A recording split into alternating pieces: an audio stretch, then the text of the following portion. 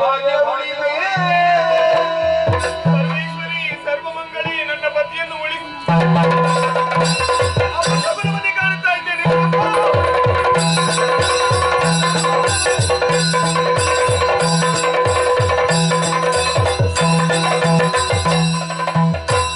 ಮೊಗವಾಡಿದೆ ನಗು ಬೆನ್ನೈ ಕಲ್ಯ ಗಣಿಸಿ ಮರುಗಿನೋ ಬಗೆಗೆ ಮಗುವನರಸಿಯೇ ನೀ ಮರುಗಬೇಡ ಶಮಿತ ಭಾಗವತೆ ಮೊಗವಾಡಿ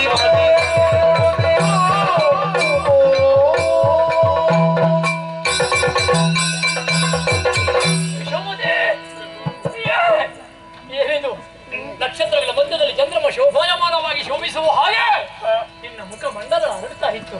ನಿನ್ನ ನಗು ಅನ್ನುವುದು ಅರುಣಾಸುರನ ಜೀವನಕ್ಕೆ ತೈಲದೋಪಾದಿಯಲ್ಲಿದ್ದು ಪ್ರಿಯೆ. ಇಂದು ನಾಳೆ ನಿನ್ನ ಮುಖ ಮಾಡಿದೆ, ಕಣ್ಣೀರು ಕಪೋಲಗಳಲ್ಲಿ ಧಾರಾಪೂರ್ವಕವಾಗಿ ಇಳಿಯುತ್ತಿದೆ. ಏನಾಯ್ತು ಪ್ರಿಯೆ?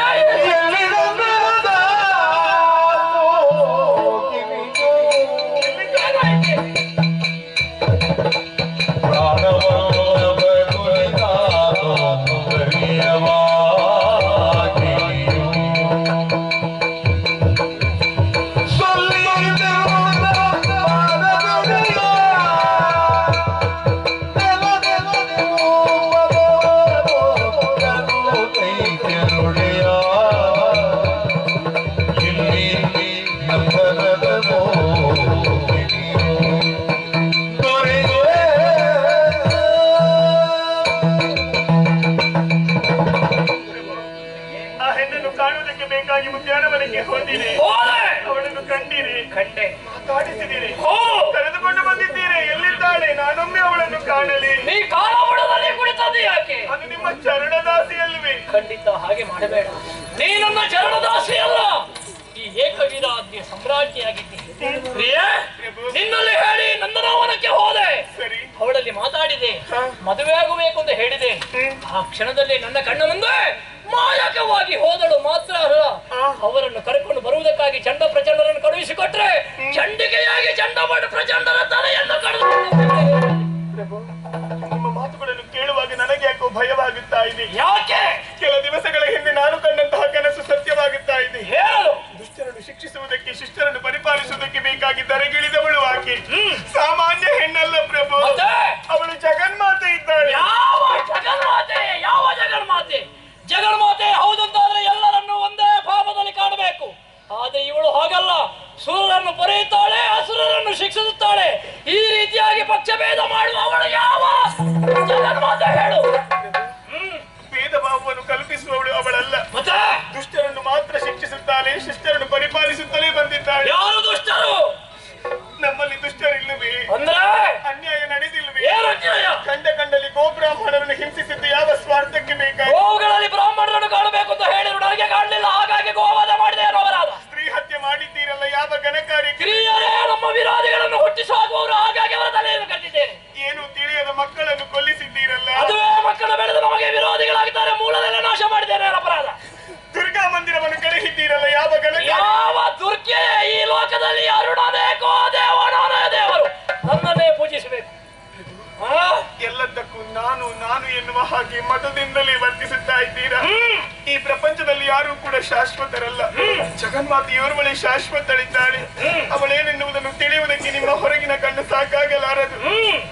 ಅಂತರಂಗದ ಕಣ್ಣನ್ನು ತೆರೆದು ನೋಡಿ ಪ್ರಭು. ಅಂತರಂಗದ ಕಣ್ಣು ತೆರೆದಾಗ ಎದೆ ಒಡೆದು ಹಾಗುವ ಕಾಣುವ ಇಬ್ಬರನ್ನು ಕಳುಹಿಸಿಕೊಟ್ಟಿದ್ದಾರೆ. ಉತ್ತರ ಬರ್ತದೆ.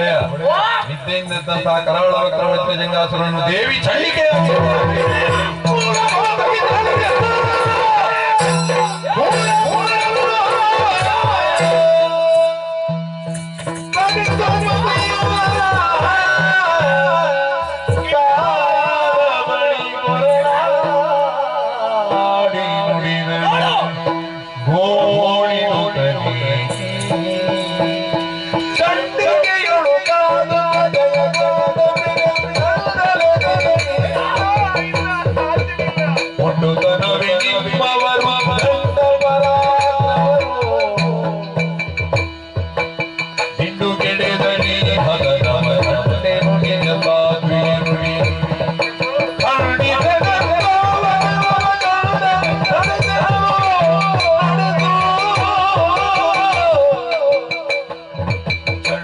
ಸತಿಗಳು ಕಾದುತ್ತಾ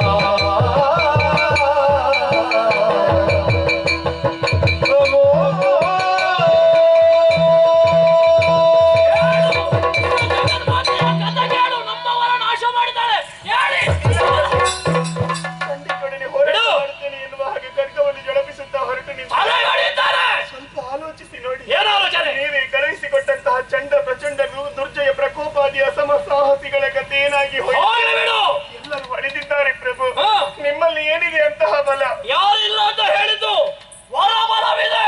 ಸತ್ಯದ ಬೆಂಬಲವಿರುವ ತನಕ ಮಾತ್ರ ಬರಬಲದ ಪ್ರಭಾವ. ಬೇಡ ಬಿಡು, ಗಾಯತ್ರಿ ಮಂತ್ರದ ಉಪಾಸನೆ ಇದೆ. ನಿಮ್ಮ ಮೊಂಡಾಟದಿಂದ ಯಾವತ್ತೂ ಬಿಟ್ಟಿದ್ದೀರಿ. ಬೇಡ, ನಿನ್ನ ಪತಿವ್ರತ ಧರ್ಮ ಇದೆ ಅರುಣಾಸುರನಿಗೆ. ಶೀಲವನ್ನು ಬೆರೆಸುವ ಹೊತ್ತಿದಲ್ಲ, ನನ್ನ ಮಾಂಗಲ್ಯವನ್ನು ಉಳಿಸಿಕೊಳ್ಳುವ ಹೊತ್ತಿದ್ದ. ಹೋಗಬೇಡಿ, ಹೋಗಬೇಡಿ. ಅವನಿಗೆ ಮನಸ್ಸು ಬರುವಂತಹ ಅವಕಾಶವೂ ಇದಲ್ಲ. ನನಗಾಗಿ ನನ್ನವರು ಅಳಿದಿದ್ದಾರೆ. ನನ್ನವರನ್ನು ಕೊಂದಂತಹ ಚಂಡಿಕೆಯ ತಲೆ ಕಡಿತಾರೆ. ನಾನು ಹೋಗುತ್ತೇನೆ. ಶಹಬಾಸ್, ಗಂಡ ಮಾಡುವ ಕೆಲಸವನ್ನು ಧರ್ಮ ಪತ್ನಿಯಾಗಿ ನೀ ಮಾಡುವೆಯಾ? ಈಗ ಹಿಡಿ, ಈ ಖಡ್ಗ ಹಿಡಿ, ಹೋಗಿ ಚಂಡಿಕೆಯ ತಲೆ ಕಡಿದುವ. ಖಡ್ಗವನ್ನು ಹಿಡಿದುಕೊಂಡು ಆಕೆಯೊಡನೆ ಹೋರಾಟಕ್ಕಾಗಿ ಹೊರಟು ನಿಂತದಲ್ಲ ಪ್ರಭು. ಯಾಕೆ? ಬದಲಾಗಿ ಜಗನ್ಮಾತೆಯಲ್ಲಿ ಸೆರೆಗೊಡ್ಡಿ ಬೇಡಿಕೊಳ್ಳುತ್ತೇನೆ. ಏನು ಅಂತ? ಅಮ್ಮ, ನನ್ನ ಪತಿಯನ್ನು ಉಳಿಸಿಕೊಡು ಎನ್ನುವ ಹಾಗೆ. ಹಾಗಿದ್ರೆ ನಿನ್ನ ಗಂಡ ಅರುಣಾಸುರನ ಏನು ಮಾಡಬೇಕು? ಒಳಗಿಟ್ಟುಕೊಳ್ಳಿ. ನನ್ನ ವಿರೋಧಿಯೊಬ್ಬಳು ನನ್ನ ಮನೆಯಂಗಳಕ್ಕೆ ಬಂದು ಕಾಲ್ ಕೆದರಿ ಯುದ್ಧಕ್ಕೆ ಕರೆದಾಗ ಮೀಸೆ ಹೊಂದ ಗಂಡಸು ಪುರುಷ ಪುಂಗವ ಈ ಅರುಣಾಸುರ ಹೆಣ್ಣಾದ ನಿನ್ನ ಸೆರಗ ಮರೆಯಲ್ಲಿ ಅಡಗಿರಬೇಕೆ? ನಿನ್ನ ಸೆರಗ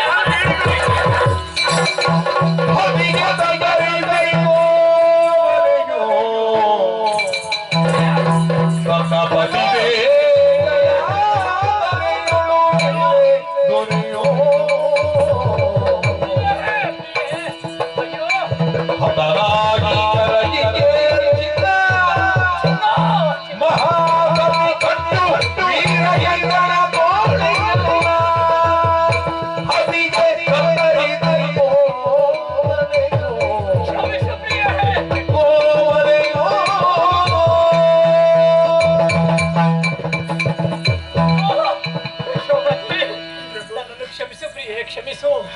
ಉದ್ವೇಗದ ಕ್ಷಣ ಕೋಪ ಬಂತು. ನಾನು ಬಿಡುವುದಿಲ್ಲ ಅಂತ ನೀ ಹೇಳಿದಾಗ ಕೋಪಗೊಂಡು ನನ್ನ ಕೈಯಿಂದ ನಿನ್ನ ಕಪಾಳಕ್ಕೆ ಹೊಡೆದೆ. ನನ್ನ ಈ ಕೈ 5 ಬೆರಳುಗಳು ಕೋಮಲವಾದಂತಹ ನಿನ್ನ ಕೆನ್ನೆಯಲ್ಲಿ ಅಚ್ಚನ್ನು ಮೂಡಿಸಿದೆ. ಯಶೋಮತಿ, ಸ್ವಲ್ಪ ಆಲೋಚನೆ ಮಾಡು. ನಿನ್ನ ಗಂಡ ಅರುಣಾಸುರನನ್ನು ಯೋಚನೆ ಮಾಡು. ಪುರುಷ ಪುಂಗವನ ಹಾಗೆ ಮೆರೆದವ ನಾನು. ನಿನ್ನ ಮೊನ್ನೆಯವರೆಗೆ ಸಿಂಹದ ಹಾಗೆ ಮೆರೆದಂತ ಅರುಣಾಸುರ ಈ ಹೊತ್ತಿನಲ್ಲಿ ಒಬ್ಬಳಾಗಿ ಹೆಣ್ಣನ್ನು ಕಂಡು ಶ್ವಾನದ ಹಾಗೆ ಬಾಲ ಮುದಿರಿ ಒಳಗಿದ್ದಾನಂತ ಹೇಳಿದ್ರೆ ಅದನ್ನು ಸಹಿಸಿ ನಾ ಹೇಗೆ ಇರಬೇಕು ಹೇಳು. ಆದ್ದರಿಂದ ಆಲೋಚನೆ ಮಾಡಬೇಡ. ನನ್ನದಾದಂತಹ ಶಕ್ತಿ ಸಾಮರ್ಥ್ಯ ಆ ಚಂಡಿಕೆಗೆ ತೋರಿಸೇ ಇರಬೇಕು. ಅದಕ್ಕಾಗಿ ಅವಳ ನಾಶಕ್ಕಾಗಿ ಹೊರಟಂತಹ ಅರುಣಾಸುರನಿಗೆ ಧೈರ್ಯ ಬರಬೇಕು ಅಂತಾದ್ರೆ, ಚೈತನ್ಯ ತುಂಬಬೇಕು ಅಂತಾದ್ರೆ, ಪತಿವ್ರತ ಶಿರೋಮಣಿಯಾದಂತಹ ನೀನು ನಿನ್ನ ಗಂಡನಾದಂತಹ ನನ್ನ ಬೆಂಬಲಕ್ಕೆ ಬೇಕಾಗಿ ಕಟ್ಟು ಕಂಕಣ. ಇಲ್ಲ, ನಾನು ಸಾಮ್ರಾಜ್ಞಿಯಲ್ಲವೇ? ನಾನು ಸಮ್ರಾಟನ ಆಜ್ಞೆ ಮಾಡ್ತಾ ಇದ್ದೇನೆ. ಕಟ್ಟು ಕಂಕಣ. ನನ್ನ ಒಂದು ಮಾತನ್ನು ಕೇಳುವುದಕ್ಕೆ ನಿಮಗಾಗುವುದಿಲ್ಲ. ನಾನು ಯಾಕೆ ನಿಮ್ಮ ಮಾತು ಕೇಳಬೇಕು? ಏನು ಹುಚ್ಚು ಮಾತಾಡುವೆ? ಹೌದು ಪ್ರಭು, ನನಗೆ ಹುಚ್ಚು. ನನ್ನ ಪತಿಯನ್ನು ಉಳಿಸಿಕೊಳ್ಳುವ ಹುಚ್ಚು. ಹಾಗಾಗಿ ನಿಮ್ಮ ಕೈಗೆ ವೀರ ಕಂಕಣ ಕಟ್ಟುವುದಲ್ಲ, ಬದಲಾಗಿ ಜಗನ್ಮಾತೆಯ ಕೈಗೆ ರಕ್ಷಾ ಕಂಕಣವನ್ನು ಕಟ್ಟುತ್ತೇನೆ. ಹಾಗಾಗಿ ದುರ್ಗಾ ಮಂದಿರವನ್ನು ಸೇರುತ್ತೇನೆ. ದುರ್ಗಾ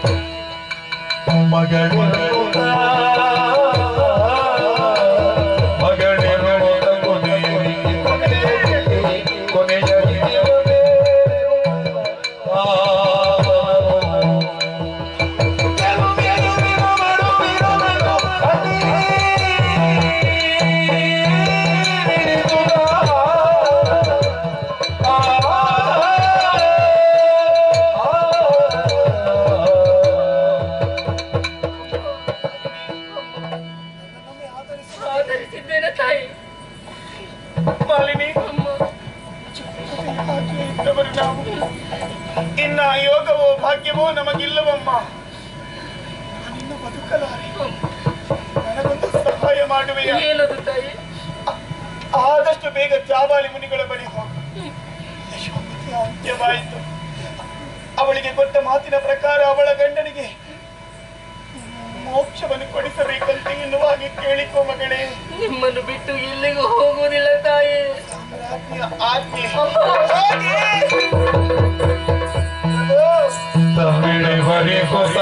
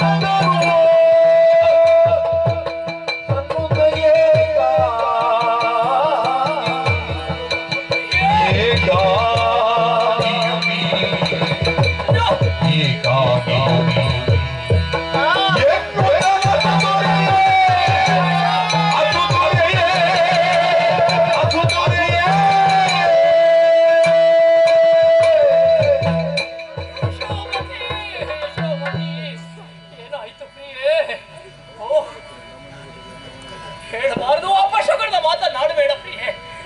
ಇಲ್ಲಿಯ ತನಕ ಸಂತೋಷದ ದಾಂಪತ್ಯ ಜೀವನವನ್ನು ಅನುಭವಿಸಿದವರು ನಾವು. ನಮ್ಮ ಸಂತಸವನ್ನು ಕಂಡು ಆ ವಿಧಿಗೆ ಮಾತ್ಸರ್ಯವಾಯಿತೋ ಏನು? ಇಲ್ಲ, ನಾನು ಬದುಕಲಾರೆ. ಹೇಳಬೇಡ ಪ್ರಿಯೆ. ನೀನಿಲ್ಲದ ನಾನು ಅರಕ್ಷಣವು ಬದುಕುವುದಿಲ್ಲ.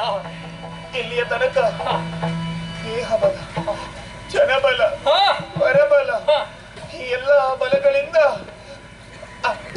ಅಜೇಯರಾಗಿ ಮೆರೆದಾಡಿದವರು ನೀವು. ಹೌದು ಪ್ರಿಯೆ. ಈಗ ನನ್ನೊಂದಿಗೆ ಎಲ್ಲವನ್ನು ಕಳೆದುಕೊಂಡಂತಹ ಎನ್ನ ಅರುಣ ಏಕಾಂಗಿಯಾಗಿ. ಇಲ್ಲ, ನೀನಿರುವಲ್ಲಿಯವರೆಗೆ ನಾನು ಏಕಾಂಗಿ ಅಲ್ಲ. ಅದು ಅಂಬರ ಪಥದಲ್ಲಿ ಯಾರು ನನ್ನನ್ನು ಕೈ ಬೀಸಿ ಕರೆಯುತ್ತಾರೆ? ಇಲ್ಲ, ನಿಮ್ಮ ಪಾದವೆಲ್ಲಿದೆ? ಯಾಕೆ ಪ್ರಿಯೆ? ಪಾದದ ಧೂಳನ್ನೇ ನನ್ನ ನಿಮ್ಮ ಮುದ್ದು ಮುಖವನ್ನೊಮ್ಮೆ ಕಾಣಬೇಕೆನ್ನುವ ಬಯಕೆ. ಅಯ್ಯೋ ಅಯ್ಯೋ ಪ್ರಭು,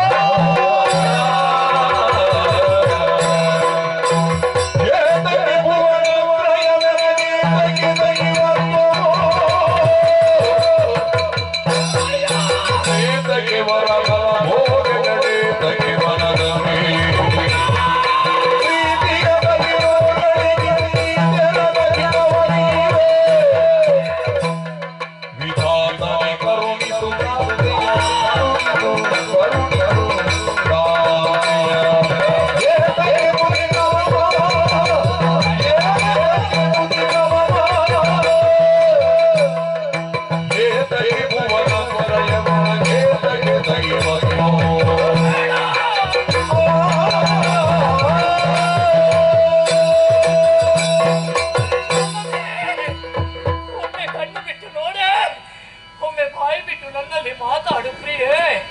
ಚಂಡಿಕೆಯ ಬಳಿಗೆ ಹೋಗಬೇಡ ಎಂಬ ಹಾಗೆ ಕುತ್ತಿಗೆ ಹಿಡಿದು ನಾ ದೂಡಿದರೆ ನಾ ಏರುವ ಸಿಂಹಾಸನವೇ ನಿನ್ನ ಹಣೆಗೆ ಬಡಿದು ಹಣೆ ಇಬ್ಬಾಗವಾಗಿ ಹಸು ನೀಗಿದೆಯ ಪ್ರಿಯೆ. ಗಿಳಿಯ ಹಾಗೆ ಪಟಪಟನೆ ಮಾತಾಡುತ್ತಿದ್ದಂತಹ ನೀನು ಸುಮ್ಮನಾದರೆ ಅರುಣಾಸುರನಿಗೆ ಬದುಕುವುದಕ್ಕೆ ಎಲ್ಲಿಂದ ಸಾಧ್ಯ? ನೀನಿಲ್ಲದೆ ಈ ಅರುಣಾಸುರನಿಗೆ ಯಾಕೆ ಭುವನತ್ರಯ, ಯಾಕೆ ದೇವತ್ವ? ಪ್ರಿಯೆ, ನೀನು ನನ್ನ ಜೀವನದ ಉಸಿರು, ನೀನು ನನ್ನ ಪ್ರಾಣ, ನೀನು ನನ್ನ ಹಸಿರು. ನೀನು ಒಬ್ಬಳಿದ್ರೆ ಭುವನ ತ್ರಯವೇನು, 14 ಲೋಕವನ್ನು ನಾನು ಮತ್ತೊಮ್ಮೆ ಪಡೆದೇನು. ಆದರೆ ನಿನ್ನಂತಹ ಹೆಂಡತಿಯನ್ನು ಮತ್ತೊಮ್ಮೆ ಪಡೆಯುವುದಕ್ಕೆ ಸಾಧ್ಯವಿಲ್ಲ. ಹೆಂಡತಿಯ ಮಾತನ್ನು ಕೇಳದಂತಹ ಗಂಡನಿಗೆ ಎಂತಹ ದುರ್ಗತಿ ಬರ್ತದೆ ಅನ್ನುವುದಕ್ಕೆ ನಾನೇ ಸಾಕ್ಷಿಯಾಗಿ ಹೋದೆ. ನನ್ನನ್ನು ಸರಿ ಮಾಡುವುದಕ್ಕೆ ಹೆಂಡತಿಯಾಗಿ ಮಂತ್ರಿಣಿಯಾಗಿ ನೀನು ಎಷ್ಟೆಲ್ಲ ನನಗೆ ಒಳ್ಳೆಯ ಮಾತುಗಳನ್ನು ಆಡಿದೆ. ಆದರೆ ನನ್ನ ಕೆಟ್ಟ ಮನಸ್ಸು ಕೇಳಲೇ ಇಲ್ಲ. ಕೊನೆಗೆ ನನ್ನನ್ನು ಉಳಿಸಿಕೊಳ್ಳುವುದಕ್ಕೆ ಸಾಧ್ಯವಿಲ್ಲದೆ ನೀನೇ ನನ್ನನ್ನು ಬಿಟ್ಟು ಹೋದೆಯ ಪ್ರಿಯೆ. ಇಲ್ಲ, ನಿನ್ನನ್ನು ಬಿಟ್ಟು ನನಗೆ ದೇವತ್ವ, 14 ಲೋಕದ ಒಡತ್ವ ಯಾವುದು ಬೇಡ. ಹೇಳು ಯಶೋಮತಿ, ಹೇಳು. ಬ್ರಹ್ಮದೇವ, ಬ್ರಹ್ಮದೇವ, ದಿನವೊಂದಕ್ಕೆ 84 ಲಕ್ಷ ಜೀವರಾಶಿಗಳನ್ನು ಸೃಷ್ಟಿ ಮಾಡುವವರಂತೆ ನೀನು ಆ ನಿನ್ನ ಸೃಷ್ಟಿಯಲ್ಲಿ ನನ್ನ ಹೆಂಡತಿಯ ಒಂದು ಪ್ರಾಣ ಹೆಚ್ಚಾಗಿ ಹೋಯಿತೆ. ಒಂದು ಉಪಕಾರ ಮಾಡು. ಅಂದು ಅರುಣಾಸುರನಿಗೆ ವರವನ್ನು ಕೊಟ್ಟವ ನೀನು, ನಿನ್ನ ವರ ಯಾವುದು ಬೇಡ, ನನ್ನ ಹೆಂಡತಿಯ ಪ್ರಾಣವನ್ನು ನುಡಿಸು ಬ್ರಹ್ಮದೇವ. ಹೆಂಡತಿ ಸತ್ತಿದ್ದಾಳೆ ಸ್ವಾಮಿ. ಹೆಂಡತಿ ಸಲ್ಲದೆ ಅಳದೆ ಮತ್ತೇನು ಮಾಡಲಿ ನಾನು? ದೇವರ ಹೆಂಡತಿ ನುಡಿದವರ ಹೆಂಡತಿ ಸಾಯಲಿ. ದೇವರು, ನಾನು ದೇವರಿಂದಾದ ಮೇಲೆ ಇವಳು ದೇವಿ. ದೇವರ ಹೆಂಡತಿ ಸಾಯ್ಲಿಕ್ಕುಂಟಾ? ಅವಳು ಬಿದ್ದದ್ದು ಮಾತ್ರ. ಯಾರೇ ಬೀಳಲಿ ನಾನು ಎಬ್ಬಿಸ್ತೇನೆ. ನಾನು ದೇವರು. ಯಶೋಮತಿ, ಅಸುರಕುಲ ಸಾಮ್ರಾಜ್ಞ ಅರುಣಾಸುರನಿಗೆ ಕಟ್ಟಪ್ಪಣೆ ಮಾಡ್ತಾ ಇದ್ದೇನೆ. ನಿನಗೆ ಜೀವದಾನ ಮಾಡಿದ್ದಾರೆ. ಸಂಕಲ್ಪ ಸರಿಯಾಗಿಲ್ಲ. ನಾನು ಅಸುರ ಕುಲ ಸಮ್ರಾಟ್ ಅಂತ ಹೇಳಿದ್ದು. ಅರುಣಾಸುರ ಏಕೋ ದೇವ, ಅಹಂ ಬ್ರಹ್ಮಾಸ್ಮಿ. ನಾನೇ ಬ್ರಹ್ಮ. ಈಗ ಸೃಷ್ಟಿಕರ್ತನಿಗೆ ಸಮನಾದ ಬ್ರಹ್ಮ, ಅಹಂ ಬ್ರಹ್ಮಾಸ್ಮಿಯಾದ ಅರುಣಾಸುರ ನಿನಗೆ ಜೀವದಾನ ಮಾಡ್ತಾ ಇದ್ದಾರೆ. ಈಗ ಈಗ ಇವರಿಗೆ ಉಪಾಯ ಇಲ್ಲ ಹೇಳ್ತಾರೆ. ಹೇಳು ಹೇಳು ಹೇಳಿಲ್ಲ. ನೀನು ದೇವರಾಗಿ